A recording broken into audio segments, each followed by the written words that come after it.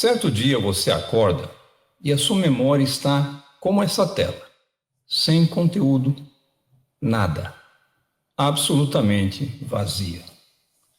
Você não sabe mais quem é, não conhece mais ninguém, não conhece nem sequer os seus próprios filhos, não sabe mais como dirigir um carro, nem fazer o que antes tão habilmente fazia, segundo outros te contam. Nenhuma ou qualquer memória, recente ou passada. Tudo se foi. Acidentes ou traumas podem levar a perdas de memória recente, mas a perda de toda a memória?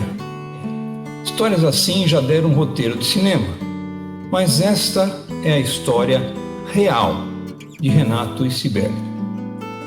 Renato logo cedo soube que Deus o queria trabalhando para ele. Seus sonhos de jogar basquete profissional logo foram substituídos por novos sonhos. Conheceu Cibele, unidos primeiramente pela música que sempre encantou a ambos. Mas ela, filha de pastor, jurava que jamais se casaria com um. Pois é. Nós os conhecemos quando já estavam eles casados há uns 5 anos. Ambos viravam a década dos 20 para os 30 anos. E já tinham o Rafael, na época, com seus 2 anos. Pouco após a chegada do Tiago, tudo aconteceu. Cibele não mais se achava. A cada manhã, novo início. Reset completo de sistema. Eles contarão como foi a luta de uns 2 ou 3 anos para que o trem da vida voltasse aos trilhos. Eu deixo a história para eles. O que fica para nós, que vivemos próximos a eles desde então, é que era um típico caso onde havia tudo para dar errado. Mas tem dado tudo certo. Todos os ingredientes para um roteiro confuso e de triste final estavam presentes. Mas nós vimos e continuamos a ver Deus consertar, reorientar, reprocessar, reformatar, demolir, reconstruir, apagar e começar de novo, tudo. A história tem final feliz e de sucesso, seja pessoal, familiar, profissional. Coroado inclusive com a chegada do Vinícius, agora há pouco, em 2018. Uma história fora do comum, escrita pelo Deus absolutamente incomum, no caderno de vidas humanamente comuns. Uma história que chama atenção por ser peculiar, mas que merece destaque por conta do autor do roteiro, o próprio Deus, que um dia deixou sua glória celeste, fez-se carne e osso entre nós, para que nós, em nossa carne, em nossos ossos, em nossa complexidade, pudéssemos conviver com o Deus da eternidade e superior a qualquer limitação material, ao experimentar a redenção que Ele mesmo, Deus, nos traz. A história desses dois me mostra como Deus pega um roteiro sem fim agradável e o reescreve. Como Deus toma em suas mãos nossas vidas sem futuro e as coloca em novo projeto, como um futuro certo e eterno ao lado dele mesmo. Ainda que com a vista bem embaçada, tudo me faz ansiar pelo que Deus nos tem reservado. O que nos espera lá no céu não pode ser traduzido por ninguém, porque olhos ainda não viram, ouvidos ainda não ouviram o que Deus tem preparado para aqueles que o amam. Por enquanto, conheça mais essa história que os nossos ouvidos já ouviram e os nossos olhos já viram.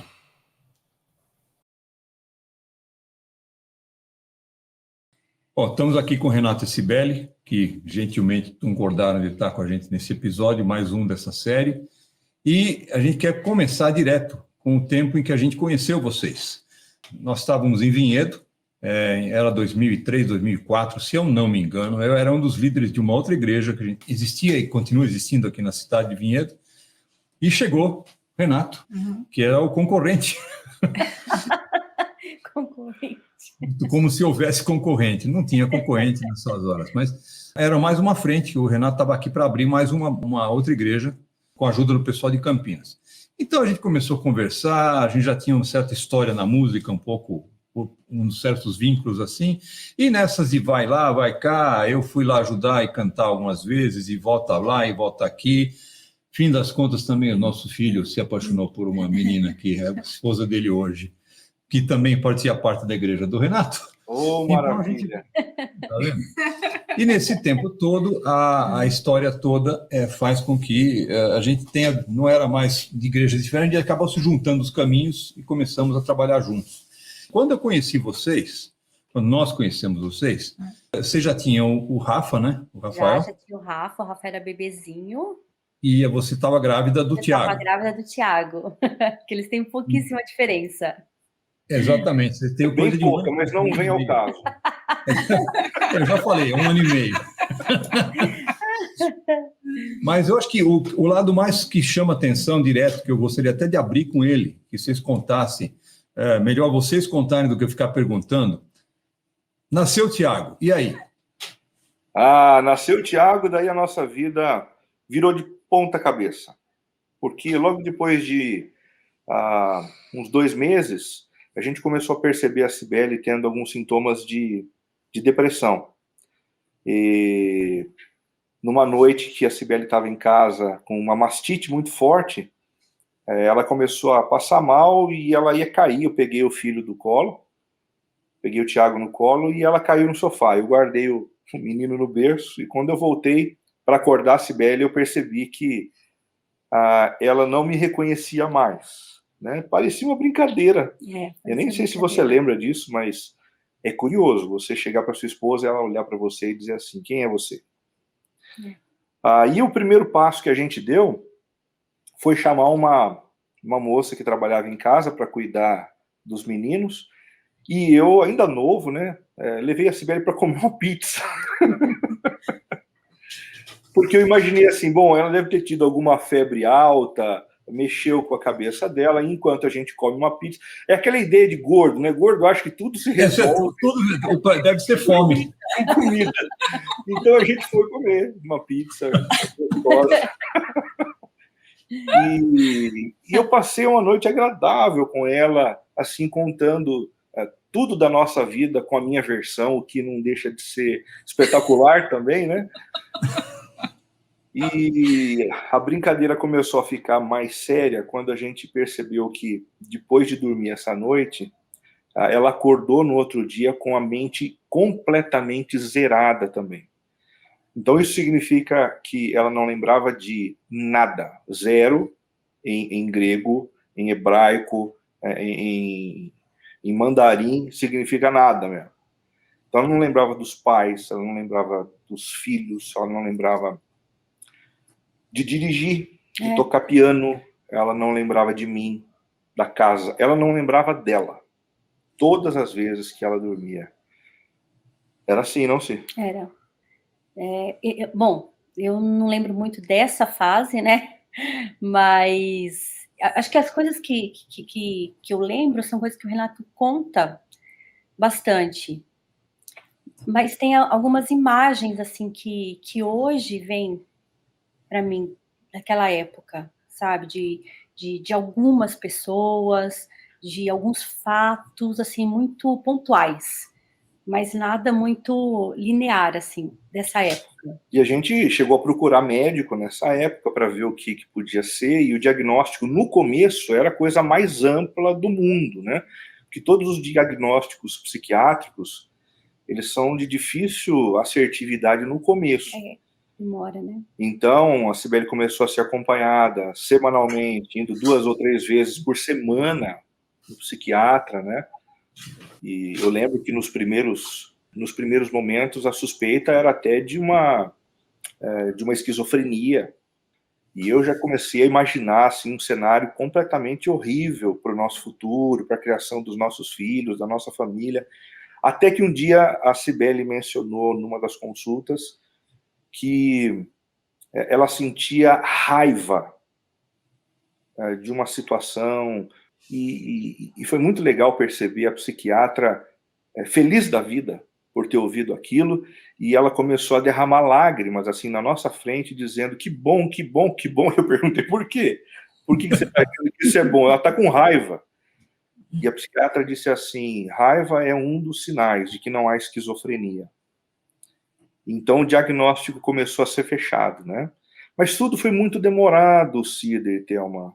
Vocês lembram, vocês estavam com a gente. Nessa situação assim de melhora nenhuma, a gente ficou cerca de um ano, né? E por conta disso a gente precisou deixar a comunidade lá em Vinhedo. A gente tem inúmeras histórias assim de tentativas de tentar reaver a memória dela, né? Uma das coisas que a Cibele fazia, ela pode contar pra gente, é o que ela colocava assim nas mesas, de no quarto. Fotos, né? De fotos eu colocava. Uma vez a minha mãe veio em casa, minha mãe morava longe, ela veio em casa e ela encheu de fotos, né? Mais ou menos cronologicamente, para me situar. Bilhetes também, né? Bilhetes no banheiro, no quarto. Então eu tinha algumas coisas para me ajudar, né? Você chegou a escrever também num diário durante um bom tempo. Né?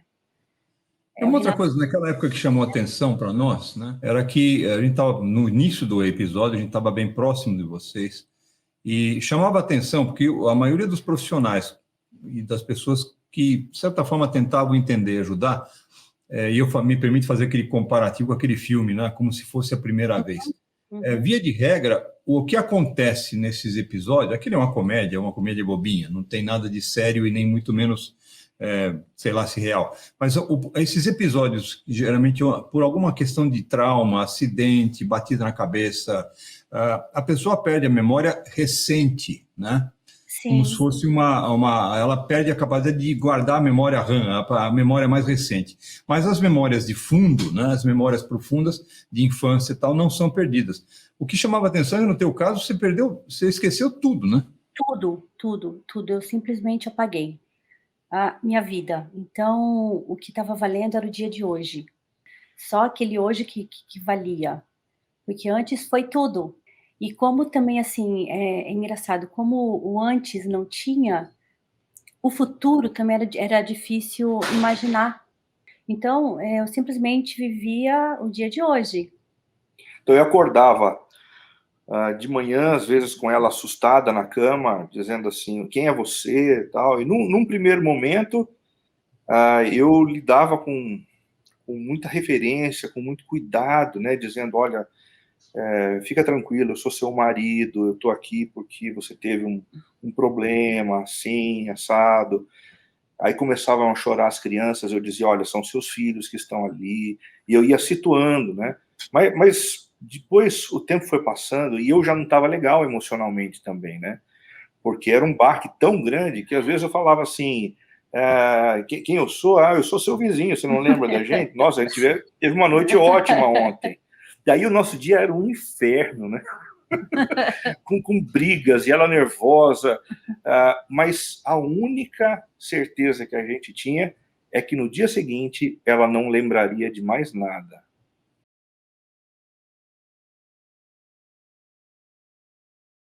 Meu nome é Gustavo e eu queria assim, contribuir um pedacinho de toda essa história que envolve Renato e Cibele. Bom, eu conheci o Renato no final do seminário para início de ministério pastoral dele, se eu não me engano, 98, 99, e o Renato foi compor a equipe pastoral da Igreja Presbiteriana Ebenezer, da qual eu era membro.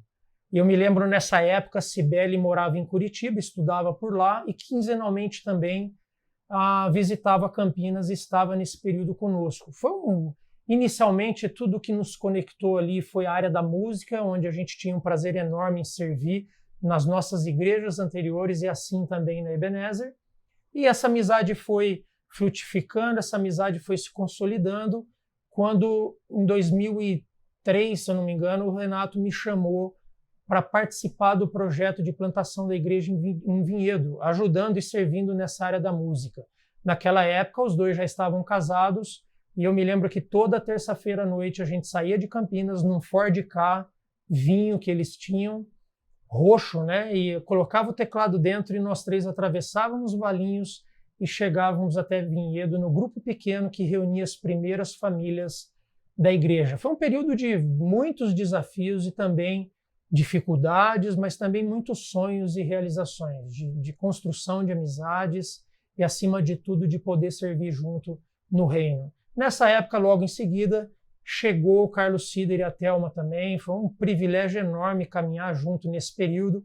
Bom, esse foi um período muito legal. Nós ousamos, até eu e o Renato, entrar em gravações do CD do Sider, e foi uma época muito legal. A gente servia junto na igreja, servia também através de CDs, de gravações, e essa amizade foi muito bacana.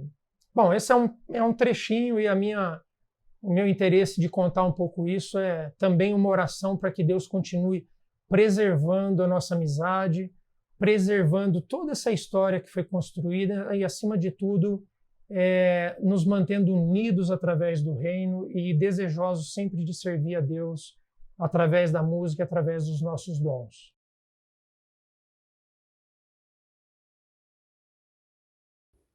Que honra que fomos convidados para falar desse casal que a gente gosta muito, que a gente tem tanta saudade, do Renato e da Cibele. Eu não me lembro o ano, mas foi logo depois que nós conversamos com a Ricardo Agreste e Sônia sobre um projeto de formação de uma comunidade aqui em Vinhedo. E nós colocamos a nossa casa à disposição para o trabalho. Depois fui informado de que tinha um pastor já destinado para esse projeto. E foi aí que conhecemos o Renato e a Cibele. Fiquei muito contente, alegre, porque o projeto já começava bem estruturado, com o pastor responsável, liderando esse trabalho aqui em Vinhedo. Fomos muito abençoados com a vida de vocês. Isso nos trouxe bastante desafio, mas ao mesmo tempo muito aprendizado. Nós amamos muito vocês. E quem não vai amar o Renato com aquele sorriso? A Cibele com aquele sorriso? Gente, vocês são meus sobrinhos do coração. A gente ama muito vocês e eu tenho muita saudade de vocês. Também sinto muita saudade nos nossos papos, nosso café lá na padaria, né, daqueles conversas sobre a Bíblia, sobre o fato de não sermos religiosos, mas sermos cristãos, discípulos de Jesus, onde crescemos bastante como corpo e como igreja. Um beijo para vocês, Deus abençoe, viu?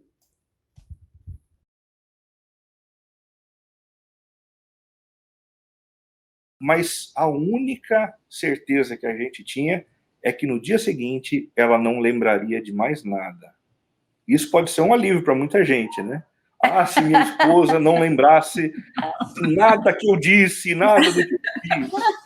Olha, essa é uma oração que eu algumas vezes já fiz. Porque essa aqui tem uma capacidade de guardar as coisas que eu fiz em 1914.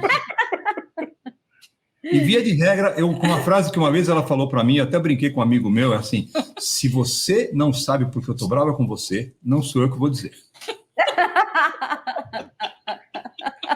Esse é um ditado Thelma Sider. Se você não sabe porque eu tô brava com você, não sou eu que vou dizer.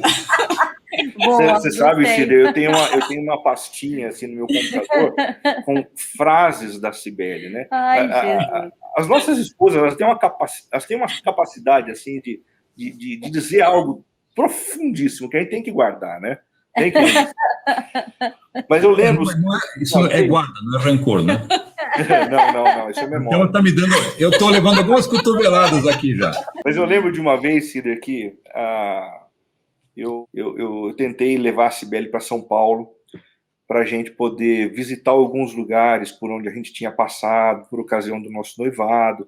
Então a gente jantou no mesmo restaurante onde a gente jantou anos atrás. No nosso noivado. Eu passei a noite com ela num hotel super legal. E como acontecia toda noite, eu, na hora de dormir, comecei a chorar. E ela perguntou assim: por que você está chorando? Eu estou chorando porque você não vai lembrar da excelente noite que a gente teve. E isso está me chateando, me chateia desde o que aconteceu com você. Ela disse assim: não, fica tranquilo, quem sabe amanhã vai ser diferente. Aí a gente foi dormir. No outro dia de manhã, ela olhou para mim e disse: quem é você? E eu mais uma vez contei para ela quem eu era, aquela coisa toda. Ela foi ao banheiro para poder cuidar dela. Depois, quando ela voltou, ela disse assim: eu só queria dizer para você que a noite de ontem foi sensacional. E eu sentei na cama, comecei a chorar, falei: Cibele, você lembrou? O que está acontecendo? Tal. Aí eu percebi no olhar dela uma interrogação assim esquisita. E ela disse assim: bom, na verdade eu não sei o que está acontecendo. É que eu entrei no banheiro e tinha uma nécessaire. Quando eu abri a nécessaire, tinha um bilhete dizendo assim: diga para ele que a noite de ontem foi sensacional. Então a gente passou a ter várias experiências assim, cada um dentro da sua limitação, tentando se ligar ao outro, tentando fortalecer a relação, mesmo no meio dessa pandemia terrível de ausência de memória em casa, né? Mas você sabe, quando vocês estavam passando por isso, eu me colocava muito no lugar da Cibele, porque a minha memória é pior que o Carlos. Às vezes ele fala assim... É pior que a memória do Carlos. Pessoal, é pior que o Carlos. Ele é ruim de tudo. Não. Ele lembra aquele dia, no ano tal, que a gente foi não sei aonde, não sei o que, eu não lembro nada, né? Mas aí eu me colocava no teu lugar e ficava, gente, a minha memória pouca já me incomoda, imagina você não lembrar de absolutamente nada, deve ser uma sensação desesperadora, né? É desesperador, porque você não tem história, quer dizer, para você, né? E assim, eu sem história, quem era eu? Então começava,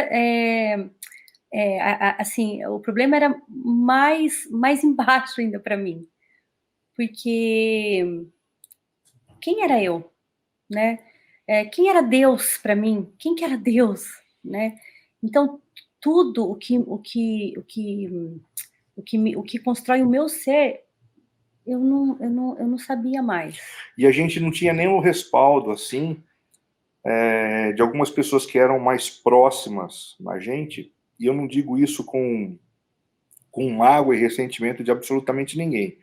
É pela pura incapacidade de saber lidar com a história. A gente não sabia lidar e os nossos amigos também não sabiam. Então, por exemplo, a gente ia para o supermercado e de repente a Cibele ia para um lado, eu ia para o outro, e a Cibele cruzava com alguém que ficava olhando para ela, pra mim, né? E não falava nada. Numa das gôndolas, né? E não falava nada. Aí depois essa mesma pessoa encontrava comigo numa outra e parava para conversar comigo. E ela dizia: ué, mas espera um pouquinho, essa pessoa me conhecia, por que ela não parou? Por que ela não conversou? Por que ela não estendeu a mão? Por que só com você? Então, iam surgindo uma série de dificuldades assim que envolviam até as pessoas que a gente amava, os nossos amigos, né? Mas assim, e é isso que o Renato falou, e a médica falava isso para mim, falou assim: Cibele, ninguém sabe como chegar até você. Isso não entrava na minha cabeça, né? Ali. Depois sim, depois eu comecei a refletir e tal, falei assim, é muito difícil mesmo, né? Mas as pessoas não sabiam como chegar, então eram, e assim, poucas pessoas, pouquíssimas.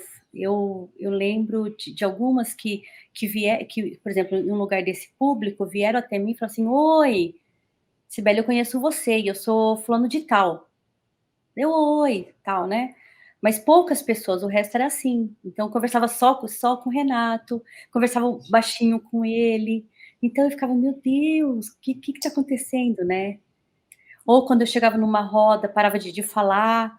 Então, tinha várias situações assim. Uma pessoa que foi muito, assim, importante nesse período, sabe quem foi? Foi a Alzira. Lembra da Alzira? Foi. Ela foi muito importante porque, de alguma forma, ela não estava nem aí se a Cibele lembrava ou não lembrava. Ela chegava, se aproximava, puxava a Cibele para conversar, e isso fazia a Cibele se sentir naquele dia... Se nada tivesse acontecido. Pronto. E é assim, coisas assim, o que você está precisando? Você quer que eu vá com você fazer unha? Exemplo, você quer que eu vá com você em tal lugar? Então, ou vai você com o Renato, eu vou ficar aqui com os nenéns, né? Então, a Alzira foi extremamente necessária, ela foi amiga, ela foi irmã mesmo. Foi. Né? Eu lembro uma Agora- vez, Thelma, que você me levou lá no CEAGESP para passear. Gente, nunca mais parei de passear no CEAGESP. Nunca mais mesmo. Eu sei. E hoje ela gasta mais do que naquela época. Eu também. E isso ela não esquece. Não. Mas falando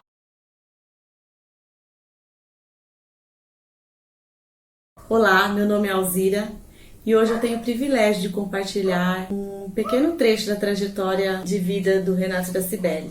São 17 anos de amizade, mas esse momento em particular marcou muito a minha vida. Foi no início, quando nos conhecemos, e vocês tinham 2 projetos em andamento: plantação de igrejas e a construção da família de vocês. Eu e Cibele passamos alguns anos juntas, foi onde construímos nossa amizade. Como toda história, tem os dias felizes, dias alegres, mas também os não tão felizes assim. Eu digo isso porque estive próxima a um dos momentos mais difíceis dessa trajetória, foi a enfermidade da Cibele. Isso nos levou a um desgaste emocional e físico muito grande, levou a questionamentos sobre continuar o ministério. Mesmo assim, eles continuaram perseverantes e confiaram em Deus. Com muita fé e oração, eles passaram por essa tribulação. Hoje, aqueles projetos rendem frutos e eu sou grata por fazer parte da história de vocês. Muito obrigada por tudo. Vocês são exemplo a seguir e eu tô com saudade de vocês.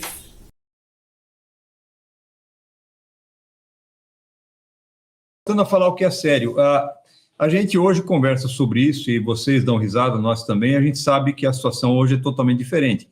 Mas a pergunta que todo mundo deve estar querendo fazer, e a memória voltou, não voltou, ela foi reconstruída, restabelecida? Como é que foi isso, Cibele, para nós? Conta para o pessoal. Demorou, Cider, demorou acho que uns 2 anos, uns 3 anos. 3 anos. Uns 3 anos, assim, ela zerando, né? Todo dia era um dia novo para mim e tal, uns 3 anos. E demorou bem mais para coisas do passado. Muitas coisas não voltaram, muitas coisas, né? E, por exemplo, eu tenho muita dificuldade de encontrar gente que eu, por exemplo, conheci em Vinhedo, em Campinas, naquela época, e me lembrar. Hoje eu tenho muita dificuldade. Então, sempre o Renato vai falando para mim. Ele explica quem é, ele vai falando, tenho essa dificuldade, né? Mas, assim, de um modo geral, ela tá ok hoje, né? O que acontece é o seguinte, a explicação mais legal que a gente encontrou foi a seguinte: a gente tem um supermercado e, de repente, acontece um terremoto. Todos os produtos caem no chão. Tá tudo ali. Só que você não sabe mais aonde está, né? Então, por exemplo, se eu perguntar de algumas pessoas de alguns anos atrás, ela vai dizer, não sei. Mas em 15 minutos ela diz, encontrei. Hoje mesmo a gente estava se preparando para sentar aqui com vocês e a Cibele estava lembrando da Kathleen. Lembram da Kathleen? E ela disse, nossa, é tão legal um dia que é sair para jantar com a Kathleen em tal lugar.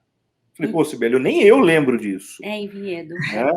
Então, é difícil de saber o que não voltou e a diferença disso para aquelas lembranças que estão jogadas no supermercado, a gente só não sabe aonde. Uhum. Mas aí acho que a Cibele voltou para o absoluto normal, porque o tema também é assim, exatamente assim, e não teve episódio nenhum assim para poder contar. Ninguém arrumou o supermercado ainda, tá tudo certo. Ela tem memória seletiva, definitivamente. Ela lembra daquilo que interessa para ela, só isso. Mas aproveitando a viagem, já que a gente já falou um pouco do episódio que nós conhecemos vocês, isso tudo aconteceu quando vocês eram novos, né? Vocês estavam com os 20 altos, 30 baixos, mais ou menos, em todo esse episódio. Quando nós éramos novos? Eu não entendi. Eu deixo no ar. Eu deixo o público opinar com essa sua fisionomia já de bispo. de arquidiocese, mas vocês estavam virando os 30 anos, praticamente ambos. Quer dizer, 2 filhos pequenos. Esse episódio todo, vocês eram recém-casados também, né? Segundo as minhas contas, vocês estavam casados há 6 anos. 5 anos. Então, foi tudo um episódio, vamos dizer, é um acúmulo é uma vida nova, um episódio novo. Como é que vocês... conta também para o pessoal saber de onde vocês apareceram no outro. Vocês não apareceram sem memória, vocês se conheceram. Toda a história. Como é que uma filha de pastor foi casar justamente com outro pastor? É azar, né? E eu não queria. Eu falei assim, o último homem com quem eu vou casar é pastor. Mas aí ela viu esse pedaço de gente aqui e não resistiu. Na verdade, eu cantava no seminário, num quarteto, e a gente foi procurar uma professora que tocava piano para ela começar a ajudar a gente nos ensaios, nas apresentações. Ela disse, eu não posso, mas eu tenho uma sobrinha que pode. As portas da esperança se abriram para mim, né? Porque no seminário só tem homem. Na igreja onde eu trabalhava, eu não queria ter nenhum tipo de relacionamento. Então, quando eu encontrei a Cibele, falei, é aqui que eu vou amarrar o meu burro. Mas a gente não conseguiu seguir em frente no namoro imediatamente, porque ela foi fazer faculdade em Curitiba. Ela fez faculdade de musicoterapia. E todo o tempo de namoro nosso, 2 anos e 8 meses, foi à distância. Imagina só, né? Escrevendo carta, sem telefone. É praticamente um milagre de Jesus ter dado certo, né? E a gente casou depois de 2 anos e 8 meses. Isso. E ainda assim ela ficou, depois do casamento, mais 1 ano para terminar a faculdade em Curitiba. A gente casou em doses homeopáticas, Cida. Isso é outra coisa que eu até perguntaria para o pastor, assim. Se chega um casal na sua igreja, hoje, assim, dizendo, olha, eu moro numa cidade, minha noiva mora na outra cidade, nós vamos casar. Como é que você aconselharia esse cara? Não, você tá maluco, né? Isso não vai dar certo nunca.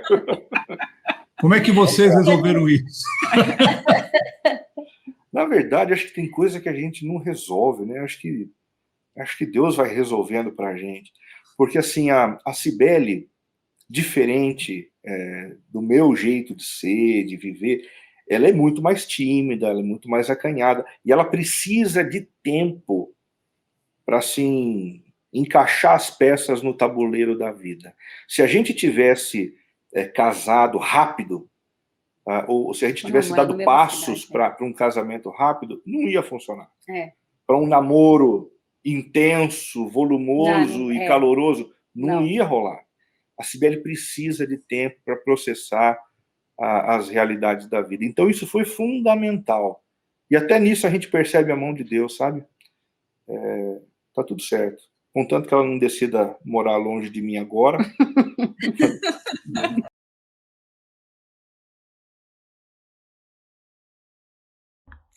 Olá, eu sou o Eduardo, sou marido da Ana Lídia.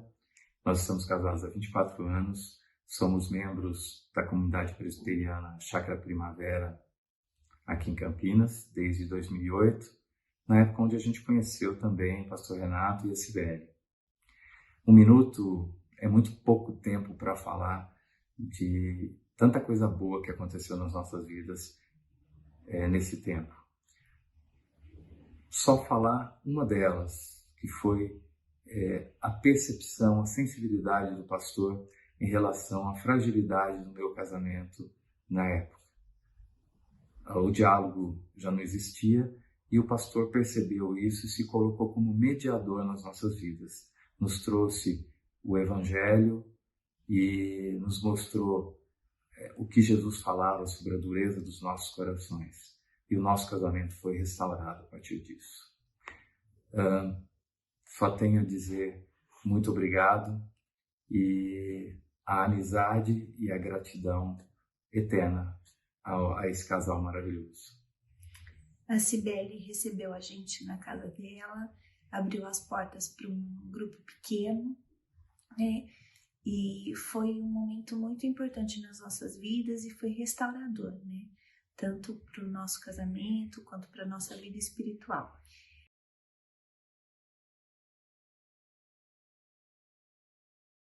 Mas daí vocês casaram, a gente já falou um pouquinho do início de vida de vocês, e aí começou o tempo que vocês passaram tempo em Campinas, né? Justamente do tempo que foi necessário para os tratamentos, um pouco mais de acompanhamento. Aí, poucos anos depois, vocês compraram a briga de voltar, de assumir uma nova frente de ministério. Em Sorocaba. Em Sorocaba, onde vocês estão hoje. Para quem não sabe, o Renato e a Sibeli são os líderes da comunidade presbiteriana Campolim. Conta para nós um pouco desse desafio que vocês assumiram, não é só o Renato que assumiu. Como é que vocês estão vendo, como é que vocês viram esse início? Foi uma visão totalmente diferente, né? Era uma igreja que funcionava dentro de uma academia por vários anos, né? Agora, sim, depois que cresceu, já tem o seu espaço, já agora está tudo... Como é que... Conta para nós um pouco dessa experiência. Bom, toda a nossa vida foi em torno dessa temática da plantação de novas igrejas, né? Nós começamos com o Ricardo Agreste, o CTPI, e isso já tem mais de 15 anos. Por isso o meu envolvimento com a chácara, por isso o meu envolvimento com o vinhedo. E depois de um tempo de volta na chácara, 3 pastores aqui de Sorocaba apareceram na chácara dizendo: a gente quer um projeto semelhante ao de vocês aqui na nossa cidade. Num primeiro momento não foi fácil para a gente. Eu acho até que a gente chegou a compartilhar isso com vocês, porque a gente tinha se dedicado muito para a gente se tornar vinhedense, para a gente plantar essa igreja em Vinhedo. Eu lembro que eu troquei meu título de eleitor, eu troquei a placa do meu carro, tudo para poder me identificar com a cidade. E o que aconteceu com a Sibeli foi, assim, um golpe no meu coração, né? Eu, ministerialmente, fiquei arrasado, brigando com Deus durante muito tempo.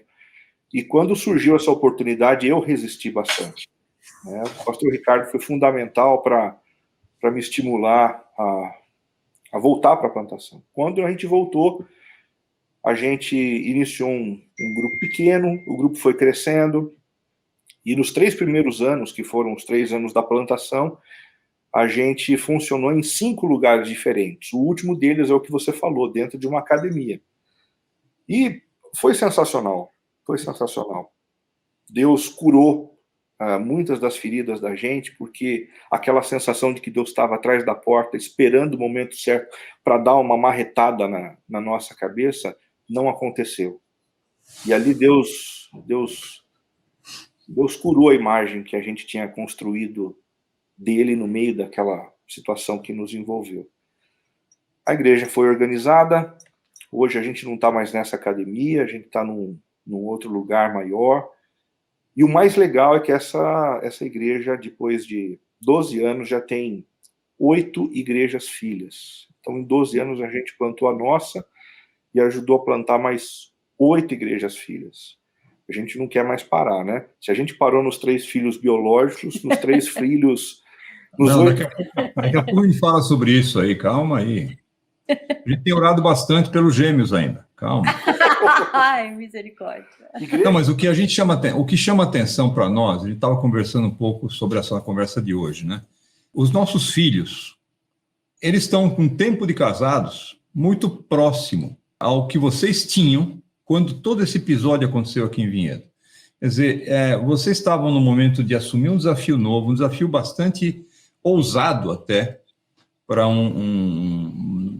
pela situação de Vinhedo em particular, por toda a situação que estava se vivendo. Vocês viveram um baque familiar, pessoal, dos mais fortes possíveis. E o que é gostoso para nós aqui, que temos acompanhado, agora não tão de perto como a gente gostaria, porque a gente está em cidades diferentes, mas o suficientemente perto para que a gente fique inventando moda de gravar algumas coisas juntos e falar. E o que chama atenção é que é gostoso ver como Deus pega uma situação que, olhando humanamente, tinha tudo para não dar certo, tinha tudo para desandar, tinha tudo para ser um acidente completo. E Deus faz o contrário. Deus faz a coisa se restabelecer de uma forma inacreditável até para muitas pessoas que estão por perto. Nós somos algumas das pessoas que viveram isso que você relatou agora há pouco, de chegar para você, a gente não sabia onde enfiar a mão, a gente não sabia o que falar, não sabia, será que se a gente mencionar esse assunto vai ficar chato, não vai ficar chato, vai machucar, vai deixar apreensivo, vai criar melindres ou não. Isso tudo acontece porque a gente também está mexendo num terreno completamente movediço, a gente não sabe. Mas é gostoso ver o passado e a presença de hoje, essa forma como Deus redime um passado, como Deus devolve, como Deus, sei lá, não dá, o que Deus faz, a gente não sabe o que tem que falar. Se Deus reconstrói, se redime, se ele consegue, não importa.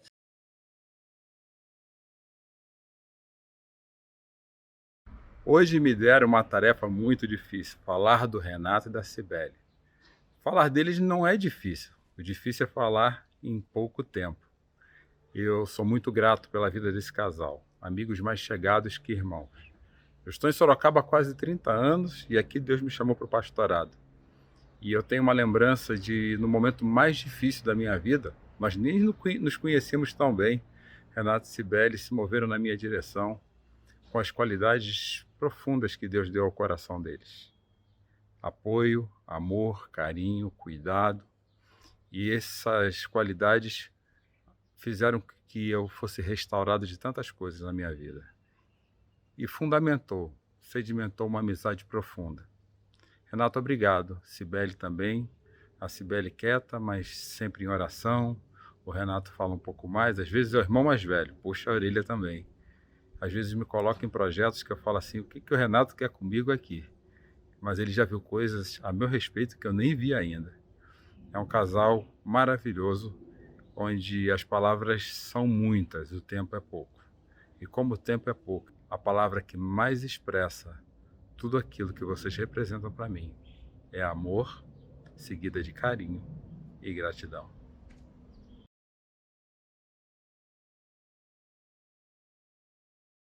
Mas, Carlos, retomando um pouquinho do que você estava dizendo agora, algo que, assim, é até difícil da gente mencionar, mas é importante lembrar. Naquela época, a gente estava, assim, com a chegada de 2 filhos, a gente estava vivenciando uma série de problemas familiares, com perda de pessoas queridas, tal, e a gente estava numa fase de muita discussão, eu e a Cibele, muita briga. Todo casal tem as suas fases de altos e baixos. Tá?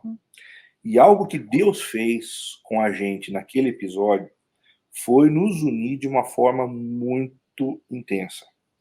Quando a gente sofre um problema como esse, de duas uma, ou a gente se arrebenta como casal, né, e vai cada um para um lado, ou então a gente se fortalece. E esse foi o nosso caso. Né? Para separar eu e a Cibele hoje, precisa de ser uma jamanta, não é qualquer jamanta, tem que ser uma bem grande, bem carregada, né, de coco, porque, graças a Deus, nosso casamento foi muito fortalecido. Essa coisa do cuidado que eu tenho pela Cibele, do cuidado que ela tem por mim, da alegria que ela tem por termos superado juntos esse negócio. Então, você falou dos novos casais que estão por aí, né? Eu acho que Deus, às vezes, permite algumas situações duras, difíceis para a gente enfrentar, justamente para o casamento ser fortalecido. Por isso Nós a gente não precisamos disso, né? Nós precisamos. Porque esse começo de casado, ainda mais depois de 5 anos, 6, né? Que já passou aquela paixão toda de começo, né? E a vinda de filhos pequenos, você sabe, né, Thelma, como muda a nossa vida, como muda a nossa dinâmica enquanto casal, enquanto pessoa também, né? Então, tudo estava nesse reboliço todo, né? Igreja nova, cidade nova, né? O Renato perdeu naquele ano, ele perdeu o pai dele, que o Carlos foi até no velório, né? E você perdeu a sua avó. E eu perdi minha avó um mês depois. Por sinal, Carlos, eu não posso deixar de dizer isso, cara. Você, por ocasião da morte do meu pai, foi até Sorocaba, e eu lembro que você foi até a igreja central, onde ele foi velado, e ficou no último banco, na igreja do Calvário, ficou sentado. E você não fez nada, você não disse nada, Mas eu, de vez em quando, olhava e percebia você lá no fundo. E como foi importante a sua presença. Você não disse nada, você não fez nada.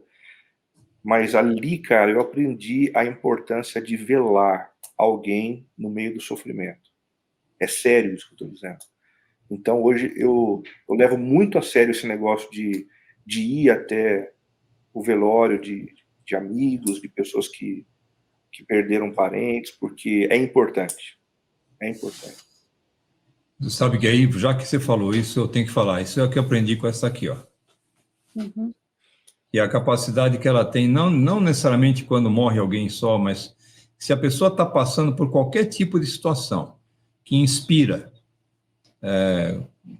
luto, tristeza, apreensão, preocupação, ansiedade, o que for, eu sempre fui o contrário. Eu acho que eu tinha que falar alguma coisa, eu tinha que abrir a boca, eu tinha que agir. E eu aprendi com a Thelma muitas vezes que não, é ficar do lado. Ela tem a capacidade de ficar do lado da pessoa. Se a pessoa está chorando, ela chora junto. Se a pessoa está quieta, ela fica quieta junto. Se a pessoa está... Essa, muitas vezes, é uma empatia que, humanamente, nós não podemos dar a outra pessoa, mas você pode estar lá para que Deus faça o resto. Eu acho que isso é um aspecto forte demais. E eu até falo um pouquinho mais para vocês, não a respeito desse episódio, mas um outro. Quando a Cristina e o Felipe foram casar, e você fez o casamento dos dois, da cerimônia religiosa, né? Eu me lembro que eu acabei fazendo uma música para o casamento deles, né? E tem uma frase da música, que é inclusive o nome dela, que me inspira muito o que você falou agora há pouco, e que me inspirou em vocês, exatamente, por ter visto aquela história, que é aquela faça Deus de dois um só, tão intensamente, que não possam desfazer algo tão especial. Uhum. É o que você falou. Às vezes eu estou pedindo para minha filha, para o meu genro, às vezes pancada. Muitas vezes Deus promove situações que não vão ser fáceis de passar. Não. Mas fazem um casal de ficar tão amalgamado, tão unido, tão forte, que não tem mais o que desfazer. A gente, depois de um tempo de casados, tem coisas que não se põe no papel, né, gente? A gente não consegue pôr no papel para separar, como quem separa um faqueiro, como quem separa um vaso. A gente tem uma história juntos. É difícil demais a gente pensar na possibilidade de um divórcio depois de uma longa história vivida. E uma coisa também é que os nossos pais, né, deixaram a gente passar por isso. Porque o que acontece muitas vezes que a gente vê hoje, né, e a gente vê com outros olhos, né, assim, é que os pais não deixam os filhos passarem, porque dói muito para os pais, eu imagino, né, a gente não tem filho casado, né, mas imagino que doa muito algumas coisas que a gente vê os filhos passando. Mas a gente, como pai e mãe, não tem o direito de tirar isso dos filhos. Cider e Thelma, sabe do que ela está falando? Ela está falando do seguinte, os pais dela, quando souberam da situação, vieram, abraçaram a Cibele, oraram com ela, e no dia seguinte deram um abraço na gente e disseram, Deus abençoe. Pô, eu estava quase tentando devolver a filha deles. Peraí, veio com um problema aqui. Eu estou pensando embora. Um pacote de eu fiquei desesperado com isso. Os meus pais vieram, fizeram a mesma coisa. Sua mãe. A minha mãe mas é isso. A gente tem que se virar. E isso uniu a gente de uma forma impressionante. A gente nunca teve família por perto, em vários lugares por onde a gente passou, né? Hoje a gente mora numa cidade onde tem um pouco mais de parente, mas a gente acabou criando um estilo de vida assim, onde o nosso relacionamento é o relacionamento principal, né? E isso é fundamental se a gente quer permanecer casado. Os nossos agregados, eles são muito importantes, mas os agregados não podem ocupar o espaço daquilo que é estrito da relação conjugal. E é o que a gente vê no casamento de vocês, né? A gente que caminha por perto já há um bom tempo. É difícil de falar de você, Cider, sem lembrar da Thelma. E falar da Thelma sem o Cider Não dá. É impossível. Por isso que essa live com vocês dois juntos é muito mais completa. Viu, Thelma? Aí, para nós chama atenção isso. A gente tem falado, nesse fim de semana, a gente falando com os filhos a mesma coisa. Chega uma hora que os filhos também saem dessa relação. E se a relação entre os dois aqui não é firme, ela se desfaz, aquela síndrome do ninho vazio, que nós vamos ter um programa sobre esse tema.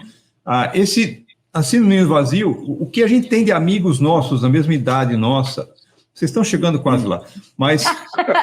Palhaço. Mas a gente tem vários amigos nessa mesma faixa etária que depois que os filhos casam, olham um para o outro do tipo, nosso projeto de vida em conjunto acabou, eu quero ser feliz, você vai ser feliz também. E aí acaba. E aí você tem depois 30 anos, 20 anos, sei lá quantos anos de conjunto, que você percebe que a união não se formou quando precisava. E via de regra os filhos também são tortos, porque via de regra viveram numa casa que não era mais unida, era unida em torno deles, e não em torno da matriz da família. Isso mesmo. Isso é uma coisa que eu vejo muito hoje em dia, né? Porque antigamente, tipo, os nossos avós tinham um mundaréu de filho, o filho era uma consequência, né? E hoje em dia parece que a criança passou a ser o rei entronizado no casamento, no lar, não sei o quê. Então, a criança é obedecida, a criança é louvada, a criança faz um rabisco, fala, olha que Picasso maravilhoso. Não sei o quê. Não prepara a criança para enfrentar a barra que vem pela frente, né? Porque a vida não trata ninguém assim, não trata. Na palma da mão, não. Não trata. Esse é um desafio, acho que para qualquer pastorado hoje em dia, né, Renato? Você está hoje muito mais. Eu não sou pastor, eu sou um metido a besta fazendo live e volta e meia sempre tivemos um trabalho musical. Tem gente que acha que eu sou, mas não. Mas você hoje está num trabalho bastante forte numa igreja atual, por problemas atuais, e com certeza, como é que você enxerga esse desafio de certa forma, viver e ensinar o padrão bíblico de família para uma população em geral, não necessariamente evangélica, mas população em geral, que, de certa forma, não sabe nem o que é família, muito mais cristã, muito mais o sei lá o quê. Como é que tem sido esse desafio para você? Sem dúvida. E o problema, eu acho que está um pouquinho antes da gente conversar sobre o padrão bíblico de família. O problema está em se ensinar antes o padrão bíblico do que é ser humano. Se a gente não sabe mais o que é ser humano, a gente não sabe mais o que é conviver com um outro ser humano, né? Então, é triste o que tem acontecido. Como você falou, a gente está numa igreja, que é uma igreja assim, que vive na fronteira com pessoas não cristãs, que não tem nenhum tipo de princípio cristão. Então, quando essas pessoas vêm, elas vêm trazendo essa falta de consciência monstruosa a respeito do que é ser uma pessoa à imagem de Jesus, do que é de fato ter um valor que auxilia na construção de um casamento, né? Então o problema começa aí. E aos primeiros sinais assim de indisposição, de falta de prazer, o pessoal zarpa fora, separa. Vocês devem ter visto aí, eu até cheguei a fazer uma série por aqui, por conta desse dado. Na pandemia, a gente teve um aumento de 900% de divórcio em Sorocaba. 900%. A carne aumentou, né? O arroz aumentou, a batata aumentou, mas divórcio, pelo amor de Deus, 900%. O que significa, assim, que tinha um monte de relacionamento arrebentado e o pessoal levando tudo embaixo do tapete, né?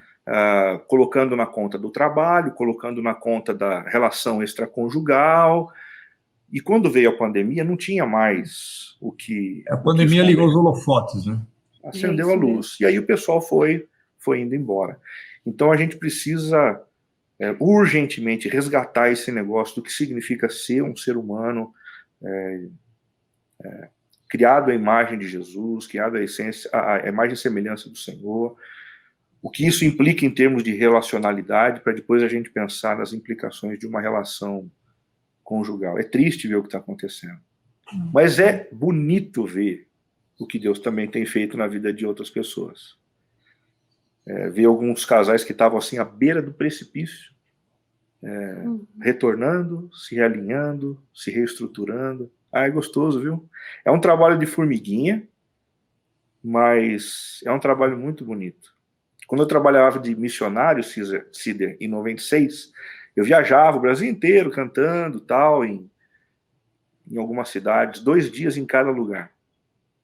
E eu ficava, assim, chateado com essa história de não permanecer. Porque quando a gente permanece, é que a gente vê os frutos. E hoje a gente está há 12 anos na cidade.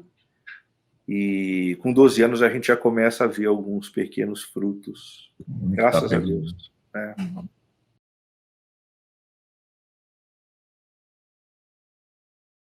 Deus tem me dado muitos presentes nos últimos tempos. E um dos presentes que Deus me deu, sem dúvida nenhuma, foi ter a oportunidade de ter conhecido o Renato e a Cibele, bem como os seus filhos. Tem sido um tempo muito bom para mim, para minha família, para mim e para minha esposa, compartilhar das bênçãos de Deus junto com você, Renato, junto com você, Cibele, e com os seus filhos. Falar do Renato, falar da Cibele, para mim, é muito simples, é muito tranquilo, e falo com muita gratidão a Deus, porque já há quase 15 anos convivemos juntos, convivemos participando de um sonho que Deus colocou, que nasceu primeiro no coração de Deus e também colocou no nosso coração, a plantação de uma igreja aqui na cidade de Sorocaba. A partir desse momento, a partir dos primeiros encontros que tivemos com o Renato e com a Cibele, imediatamente percebemos que Deus nos chamava para isso. 2 características assim que são marcantes para a minha vida e na vida da minha família no que diz respeito a esse casal. Primeiro, o Renato, a integridade com que prega a palavra, a integridade com que se dedica à igreja do Senhor e a amizade que ele tem para com todos os membros da sua comunidade. Falar da Cibele é muito simples. É uma mulher de muitas qualidades. Boa mãe, boa esposa. Mas uma coisa, Cibele, que destaca assim, na nossa amizade é perceber o quão boa hospedeira você é. O quão prazeroso você torna as visitas que fazemos a você e ao Renato aí na sua casa. Então, receba um beijo, receba um abraço querido, meu e da Helena, dizer que é um privilégio para nós podermos compartilhar dessa amizade com vocês. Um desejo do nosso coração é que vocês sejam muitíssimo abençoados e que essa bênção transborde de tal maneira como tem transbordado e tem afetado a vida de muita gente aqui em Sorocaba. Deus abençoe a vida de vocês e muito obrigado por poder participar desse momento da vida de vocês. Grande abraço.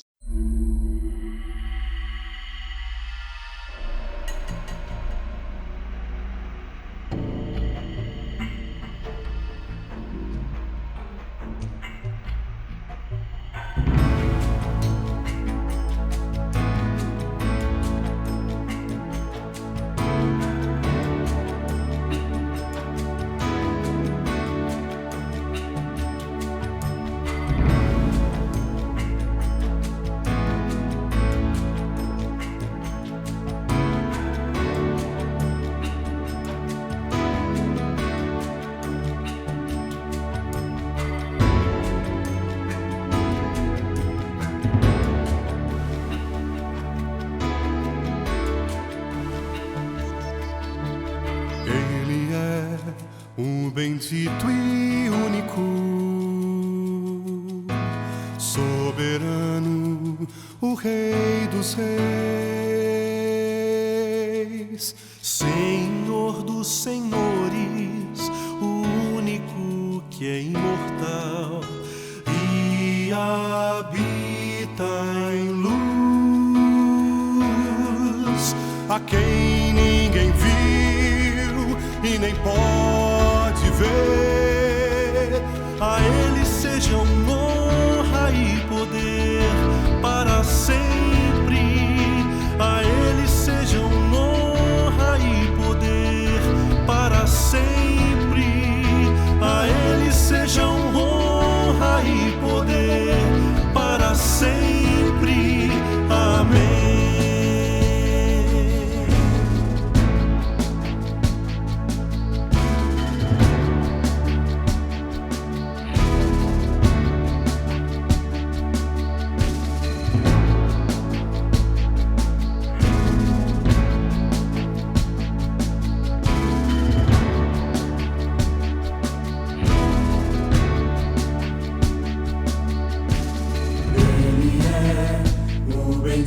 Rei único, soberano, o Rei dos reis,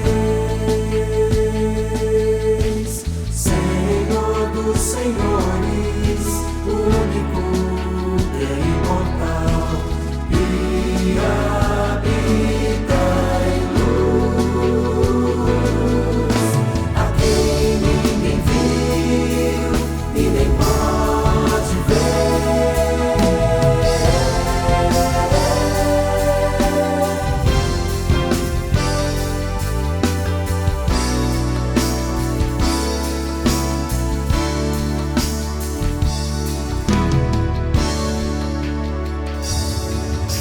A Ele sejam honra e poder para sempre. A Ele sejam honra e poder para sempre.